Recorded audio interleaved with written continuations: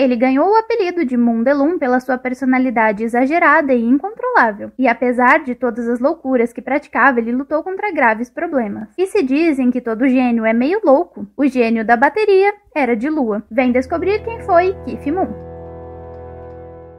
Keith John Moon nasceu no dia 23 de agosto de 1946 em Londres, Inglaterra, no Reino Unido. Filho de Alfred Charles e Kathleen Winifred Moon, Moon cresceu em Wembley em uma família de classe média baixa. Na escola, ele não era um estudante exemplar e frequentemente seus pais recebiam reclamações sobre seu comportamento. Sua tendência para artes e o comportamento excêntrico começaram a se manifestar desde cedo. Aos 12 anos, se juntou à banda da Marinha tocando corneta. Já aos 14, abandonou a escola e se matriculou na Hull Technical College. Já formado, Moon era técnico em reparação de rádios e foi trabalhando nos consertos dos aparelhos de rádio que ele conseguiu comprar sua primeira bateria. Moon, na adolescência, continuou a tocar bateria com um fervor crescente e chegou até a pagar aulas de bateria com Carlo Little, da banda Scream Lord Sutch. E foi nessa época que ele começou a ficar conhecido por seu estilo energético e muitas vezes imprevisível, o que o tornou um baterista excepcionalmente notável. Sua técnica e a forma como incorporava truques e efeitos criativos na bateria foram desenvolvidos durante essa fase. Nessa época, ele começou a se envolver com a cena musical local de Londres e começou a tocar em várias bandas, se destacando no cenário musical com seu estilo único e sua presença de palco marcante. Em 1964, aos 18 anos, Moon se juntou ao The Who. Segundo Pete Townshend, Moon apareceu em um show do The Who todo vestido de vermelho, falando para os integrantes da banda que ele tocava bateria melhor que Doug Sandon, baterista da banda na época. Quando Sandon se levantou da bateria, Moon ocupou seu lugar e a banda o deixou tocar na segunda metade do set, quase demolindo a bateria e tirando o posto de baterista de Sandon. O grupo, que ainda estava começando a ganhar reconhecimento, percebeu que a habilidade e personalidade de Moon estavam sendo fundamentais para o sucesso da banda. Sua presença energética e suas habilidades na bateria ajudaram a definir o som que o The Who buscava, ficando conhecido por sua forma explosiva de tocar bateria e seu comportamento muitas vezes errático. Ambos elementos que contribuíram para sua reputação como uma das figuras mais marcantes e excêntricas do rock. Porém, Moon, diferente de Sandon, não era um pacificador. Isso fazia com que todos os membros da banda, que eram reconhecidos por seus pavios curtos, entrassem em conflito constante. Moon chegou a relatar em entrevista, anos mais tarde, que ele não tinha absolutamente nada em comum com os integrantes da banda além da música. E a relação entre os integrantes, que já não era uma das melhores, acaba piorando quando Moon e Townshend entram em conflito de egos. Se Townshend quebrava uma guitarra em um show, em outra apresentação, Moon acabava colocando explosivos em sua bateria. Moon não aceitava muito bem não ser o centro das atenções constantes, e no The Who ele precisava dividir a atenção da mídia e dos fãs com outros 3 músicos. Mas para além dos desentendimentos com os outros integrantes do The Who,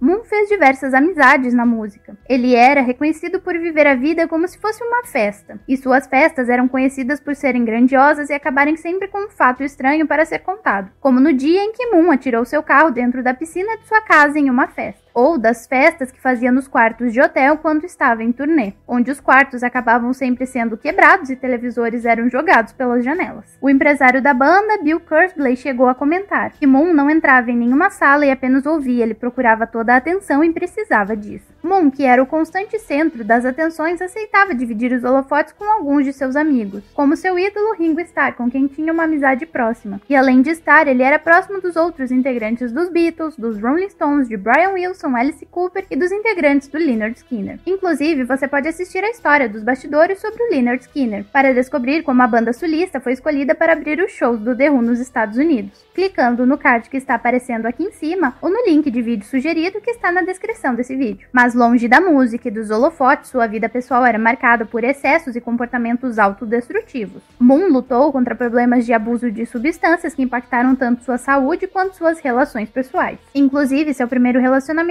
foi com Kim Kerrigan, com quem ele começou a namorar em janeiro de 1965, depois dela ter visto tocando com The Who. No final daquele ano, Kim descobriu que estava grávida. Em 17 de março de 1966, Kim e Moon se casam no Branch Register Office. A filha do casal, Amanda Jane Moon DeWolf, nasce em 12 de julho daquele ano, mas tanto o casamento como a filha foram mantidos em segredo da imprensa até maio de 1968. Porém, o relacionamento feliz que foi mostrado à mídia não passava de fachada. Moon era violento com Kim e em 1973, Kim sai de casa levando Amanda. O divórcio foi finalizado em 1975. E mesmo com o divórcio finalizado, Moon ligava constantemente para Kim, a ameaçava e ameaçava seu namorado da época. As ligações só encerraram quando Moon começou a namorar a modelo Annette Walter, que era estranhamente parecida com Kim. Annette chegou a dizer em entrevista que Moon era um doce quando estava sóbrio, e que ela estava morando com ele na esperança de que ele acabasse com toda a loucura. Inclusive, ela, em um período não sabendo mais o que poderia fazer para ajudar Moon, chegou a implorar a um vizinho que o internasse em uma clínica. Mas a situação de Moon estava cada vez pior em relação aos entorpecentes e ao álcool. Segundo o relato de pessoas próximas, Moon era constantemente assombrado pelo que havia acontecido no dia 4 de janeiro de 1970, quando ele atropelou acidentalmente e tirou a vida de seu amigo motorista e guarda-costas Neil Boland, do lado de fora do pub Red Lion em Hatfield. Mesmo após a investigação, o legista considerou a morte de Boland um acidente, e Moon foi absolvido pela justiça. Porém, ele nunca absolveu a si mesmo. Em entrevista ao The Guardian, Pamela Desbest, uma das mais famosas groups dos anos 60 e 70, relatou seu relacionamento com Keith Moon. "Eu era a garota dele em Los Angeles, não há dúvida sobre isso. Eu sabia que quando ele viesse para a cidade era para mim que ele ligava." Pamela ainda comentou que Moon era uma alma perdida e que era recorrente ele acordar gritando dizendo ser o culpado do falecimento de seu amigo e motorista. E tanto a questão do acidente de carro quanto o uso cada vez maior de entorpecentes e álcool foram transformando aquele Keith Moon energético em alguém mais parado, com reflexos cada vez mais comprometidos. No início de 1978, Moon estava tendo dificuldades para tocar bateria. Não tinha mais a mesma disposição para as turnês e nem dentro do estúdio conseguia executar as músicas. Percebendo sua própria situação, Moon procura por ajuda. Primeiro, ele resolve mudar de residência e ir para um local menor, e aluga o apartamento na Curzon Place do seu amigo Harry Nilsson, mesmo local onde Cass Elliot do The Mamas and the Papas havia falecido 4 anos antes, aos 32 anos. E você pode assistir a história do misterioso falecimento de Cass Elliot clicando no card que está aparecendo aqui em cima, ou no link de vídeo sugerido que está na descrição desse vídeo. Porém, Nilsson estava preocupado em alugar o apartamento para Moon, acreditando que o apartamento estava amaldiçoado. Moon não se importou com a possível maldição e se estabeleceu no apartamento da Curzon Place. Depois da mudança, ele começou um tratamento prescrito para aliviar os sintomas de abstinência do álcool. Moon queria ficar sóbrio, pois sabia que, dado seu histórico, poderia ser internado em um hospital psiquiátrico, o que o deixava com muito medo. Mas o médico que o estava ajudando na batalha para ficar sóbrio não sabia do uso desenfreado de entorpecentes do histórico de Moon, pois receitou para ajudar na abstinência de álcool um remédio com potencial viciante se não tomado de forma supervisionada. Moon recebeu um frasco com 100 comprimidos e lhe foi instruído a tomar um comprimido quando sentisse desejo por álcool,